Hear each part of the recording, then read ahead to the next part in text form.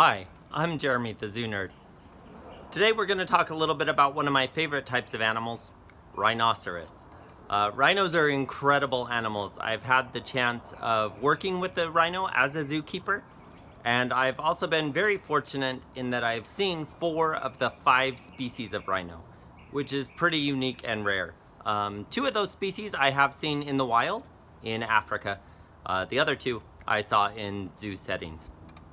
Rhinos are one of the oldest types of large mammals that are on the earth today. They've been around for millions of years. It's really fun to look at some pictures of some prehistoric rhinos.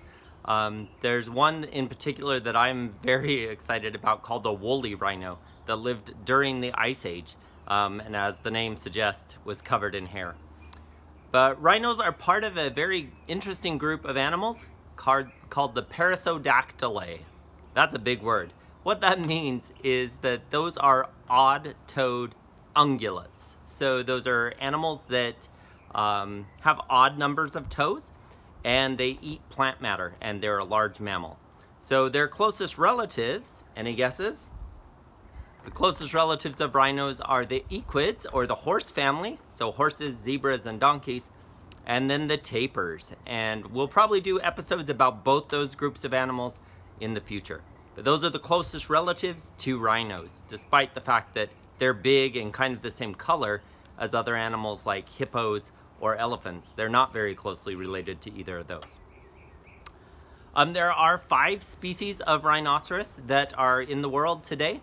Over the years, speaking historically, there have been hundreds of species of rhinos. So it once was a very diverse group that included a lot of different species. Today there's 5.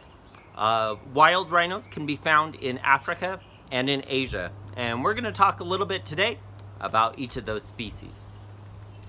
So to start off with, we're going to talk about the biggest rhino, which is the white rhino. White rhinos are also the most numerous. There are about 18,000 of them in the world today, or in the wild, I should say, today. And they're divided into 2 subspecies. So that means that there's kind of 2 distinct populations of white rhinos. And those 2 subspecies are the southern white rhino, which has about 18,000 individuals, and the northern white rhino, which unfortunately has 2 individuals. And those are both females. They live in a place in Kenya called Old Prejida. And it's a very cool spot where they are living, and they are living with armed guards to live out the rest of their days. Now that sounds really sad, but there's some really cool scientific work that's going on to help save that southern species of northern white rhino. You can read more about that at our friends over at the San Diego Zoo and the San Diego Safari Park. They're doing a lot of really incredible genetic research, and they have something there called the Frozen Zoo. The Frozen Zoo has allowed them to save living cell tissues and sex cells from a variety of individuals of northern white rhinos before there were only 2 of them. They also had the last 2 northern white rhinos in captivity, and I was able to see one of them before she passed a few years ago. Really cool work that they are doing with the northern white rhinos. Southern white rhinos, though, are doing quite well in the wild. They are still heavily poached for that horn. We'll talk more about poaching in just a bit. But they were down to about 50 individuals in 1900. And today, like I said, there's about 18,000. So they have made a really good comeback as far as numbers are concerned. Now, white rhinos are pretty amazing animals in that they have a very wide mouth, and they kind of work like a lawnmower. So they eat the grass in Africa, and that's really important because they kind of keep the grass population. They'll eat all the stubby little ends of the grass, and they move around through the area after the other animals have eaten the tips. And so they're a very important part of their ecosystem. But they are known as grazers. They almost exclusively eat grass. And even in the zoos where I've worked, where we've had white rhinos, we've tried to give them treats and make fun things for them. And usually what they mostly want is grass or grass hay. And they're not too interested in much else, although they do occasionally like an apple. The other species of rhinos in Africa are called black rhinos. And despite the names white rhinos and black rhinos, both species are actually gray. And they're pretty much the same color of gray. We think that the name came from when the Dutch people lived in South Africa and kind of had that as a colony. The Afrikaans word, which is Dutch mixed with African languages, for white rhinos was wide rhinos because they have a wide mouth. And that kind of got misconstrued when the Dutch lost control of South Africa to the English. And they're like, oh, that's the white rhino, meaning wide. The English thought that meant white. And if one is white, well, then the other kind must be black, because clearly there's a difference between the two. And that's how their names became what they became. Black rhinos are a bit smaller than white rhinos and a lot more cranky. Those are the two species of rhinos I have seen in the wild. I saw them both in Kenya when I was there in 2010. And although white rhinos typically are a little more docile, we were chased by an adult white rhino who was running us down after we did a medical procedure on her calf, who was 3 years old, and she was still being a very protective mother, and she chased us for about a mile. Let me just say she could run pretty quick for being about 4,000 pounds. A very large animal that can run about 30 miles an hour. So really interesting animals. Black rhinos are browsers rather than grazers. So instead of eating things like grass, they would eat small bushes and branches off of trees. And they have a very different shaped mouth. Their top lip is actually what scientists call a prehensile lip. That means they almost have a finger on the end of their lip that they can grab things with. I'll put up some photos of them on the Facebook and Instagram pages, and you can see the difference between their mouths. It's really kind of the biggest difference between them is what they eat and where they live. White rhinos are more out in the open. Black rhinos are more in like the scrub brush or kind of not really a jungle, but in a more foresty setting with low trees. There's about 5,500 individual black rhinos out there. So their species numbers, they're doing fairly well, but they are definitely still threatened with poaching as well. The third rhino species we're going to talk about is the rhino species that I helped take care of when I was a zookeeper, and that is called an Indian or greater one-horned rhino. They come from India and the country of Nepal, and at one point there was only about 100 of them, but today there are about 3,600 of them. And that's because those two countries where they live, India and Nepal, have both put in place very strict regulations and are very closely monitoring the national parks and areas where the greater one-horned rhinos live. One thing I really love about this rhino species is their skin looks like a tank. I mean, rhinos are big anyway, but their skin is very bumpy and it almost has little plates on it. And their skin is very thick, almost armor-like. And because of that, they don't really have predators. None of the rhinos really have predators as adults. As babies, things like lions in Africa, or if they're in Asia, things like tigers or maybe a leopard would be their predators. As adults, not much bothers them. But the Indian or greater one-horned rhino, there's about 3,600 of them today, so they're doing fairly well. Oh, I should mention this. The two African species both have two horns. So they have two horns on the front of their face. The three species in Asian rhinos, two of them, so the greater one-horned rhino and the Javan rhino only have one horn. And then the Sumatran rhino, which we'll talk about in a minute, has two horns. So those are some easy differences you can tell them apart. Javan rhinos, speaking of them, they're the rarest. There's only about 72 of them, which if that number seems really precise, that's because it is pretty precise. They all live in one spot. None of them live in zoos, and that is the species of rhino I have not seen. Javan rhinos are very secretive. They live in a very thick jungle setting, and they only live in the island of Java, which is an island in Indonesia. That's by Bali, if any of you have ever heard of Bali. And the only place in Java where these rhinos live is a national park called Ujung Kulon National Park. They look quite a bit like the Indian or greater one-horned rhino. They're just a bit smaller. And like I said, they're very secretive. It wasn't until about 2010, maybe 2011 or 2012, where we actually had video footage of this rhino species. They were that secretive that no one had ever filmed them up until that point. Since then, we've been able to get some photos and some videos from motion-censored cameras that live in their jungle setting.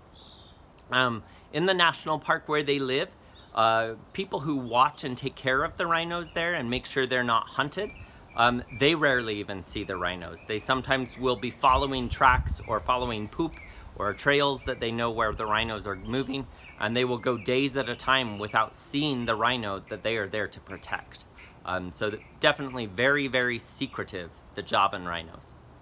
Our final rhino species are called the Sumatran rhinos.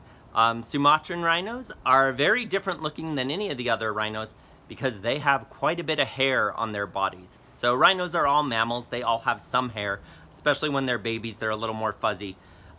Most of them, as they grow older, some of that hair disappears, although they usually have some tufts on their ears.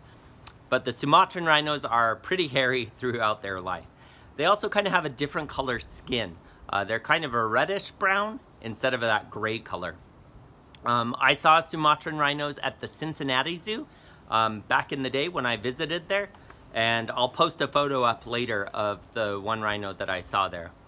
Cincinnati Zoo had a breeding program for Sumatran rhinos, and as the rhino population in the wild for that species got more severe, Cincinnati made a very tough decision, and that was that they sent their remaining rhinos back home to Indonesia, where they are now part of the Indonesian Sumatran Rhino Sanctuary.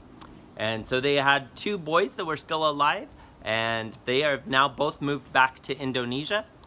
They both lived briefly at the LA Zoo, and I know some people who worked with them during that time. But Sumatran rhinos are also the most rare, or the most endangered rhino. And that's because there's about 80 of them left. So those numbers seem a little different.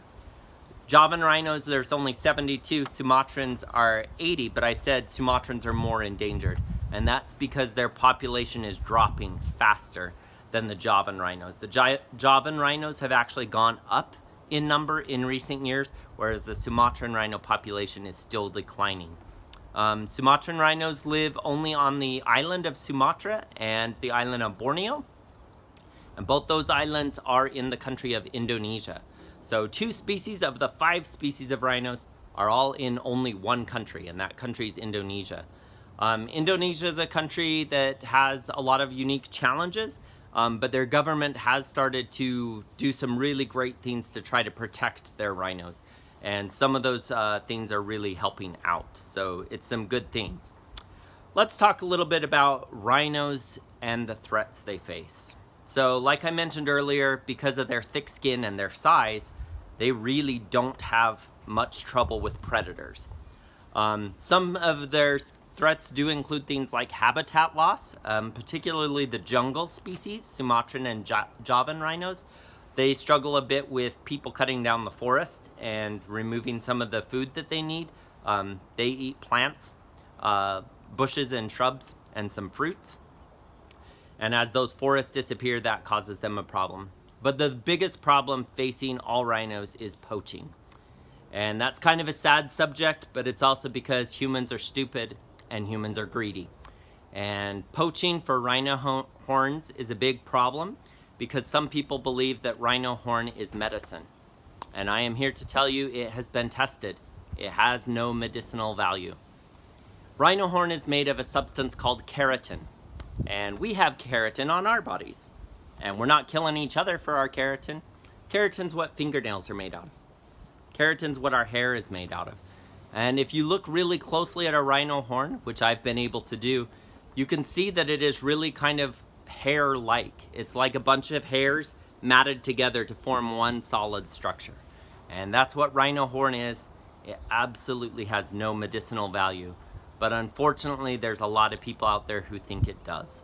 And that's been a big problem. That's why the rhino population numbers are really low in a lot of places. And rhino poaching is still a huge problem in Africa. And that sounds sad, but I'm here to tell you too that there's some good news about it. there's some really amazing people out there doing a lot of really great work to stop that. There's an organization that gets our special shout out today called the International Rhino Foundation, and they maintain a really great website called RHINOS.org. They work with the range countries where all 5 different rhino species live, and they help fund the anti-poaching units in national parks where a lot of those rhinos still are in existence today. They also have done some research to figure out other threats and problems that are caused for the rhinos, and they're trying to mitigate some of those problems. So that would include things like the Javan rhino lives in a really dense forest, and there's an invasive palm tree there that keeps growing faster than all the other plants. Well, the rhinos don't eat the palm trees, so that's a problem. So they actually have people out in the forest cutting down these palm trees that are growing so that the other native plants can grow a little better and give those rhinos some food. So that's pretty much what I have to say about rhinos. I'm going to be sharing some really fun stuff on the Facebook page and on the Instagram profile. There will be some photos and some videos of some rhinos with some fun stuff. So check that out later today. It should be up. Also, I just want to thank you for your support. This is only day 2 of our Critter Chats, and it's been remarkable to see the response that this has been getting. So I hope you enjoy it. I hope that you have a good day, and I hope you share this with your family and friends. Any questions that you may have, you can put those down in the comments. I'll see those later, and I'll try to get back to those on either Facebook or Instagram or eventually YouTube. But yeah, hope you're having fun. And for now, good day, and I'll see you again tomorrow.